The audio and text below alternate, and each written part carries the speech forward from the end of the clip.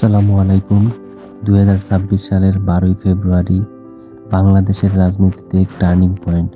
বিশেষ করে ঢাকা ১৫ আসন নিয়ে এই আলোচনার শেষ নেই।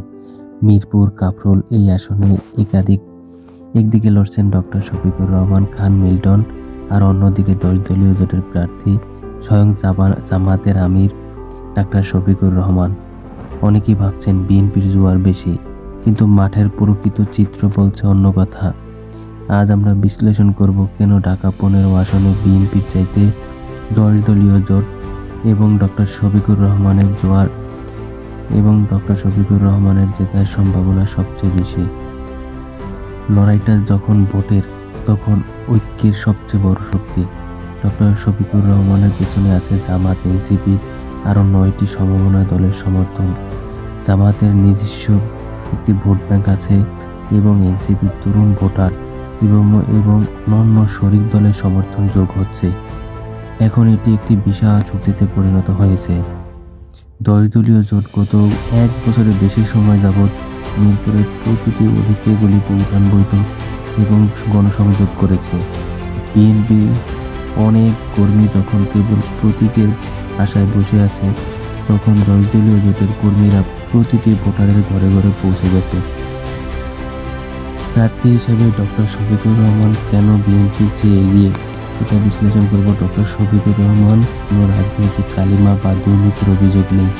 সাধারণ মানুষ একজন সৎ ও শিক্ষিত নেতাকে সংসদে দেখতে চায়। তিনি একটি বড় দলের আমির। তার অভিজ্ঞতা এবং ব্যক্তিত্ব জাতীয় পর্যায়ে সমাদৃত, যা স্থানীয় ভোটারদের জন্য গর্বের বিষয়। এখন প্রশ্ন উঠতে পারে, বিএনপির মতো বড় দল কেন এখানে চ্যালেঞ্জের মুখে? ১৫ আসনে বিএনপির একাধিক গ্রুপ থাকায় মিল্টনের পক্ষে সব কর্মীরা এক করা অনেক কঠিন। বিএনপির অনেক নেতা মনে করছে ধানের শেষ পেলেই জয় নিশ্চিত, কিন্তু ২০২৬-এর ভোটাররা এখনও অনেক সচেতন।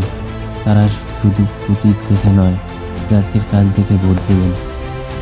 সাম্প্রতিক সময়ে বিএনপির নাম ভাঙিয়ে কিছু নেতার বিরুদ্ধে এলাকায় যে অভিযোগগুলো উঠেছে, তাতে সাধারণ মানুষ কিছুটা তটস্থ। এই সুযোগটা নিচ্ছেন ডক্টর শফিকুর রহমান ও তার সুশৃঙ্খল কর্মীরা।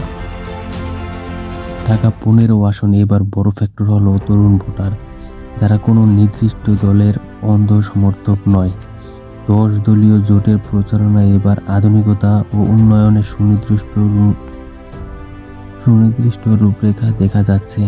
এনসিপির মতো নতুন রাজনৈতিক শক্তির সাথে জোটবদ্ধ হওয়ায় তরুণরা একটি বড় অংশ ডক্টর শফিকুর রহমানের জোটের প্রার্থীর দিকে ঝুঁকে পড়ছে। তাদের মতে মিরপুরকে যানজটযুক্ত ও নিরাপদ রাখতে হলে ডক্টর শফিকুর রহমানের বিকল্প নেই। পরিশেষে বলা যায়, ১০ দলীয় জোটের সাংগঠনিক দক্ষতা, ডক্টর শফিকুর রহমানের ব্যক্তিগত গ্রহণযোগ্যতা বিএনপিকে বড় ধরনের চাপে ফেলে দিয়েছে।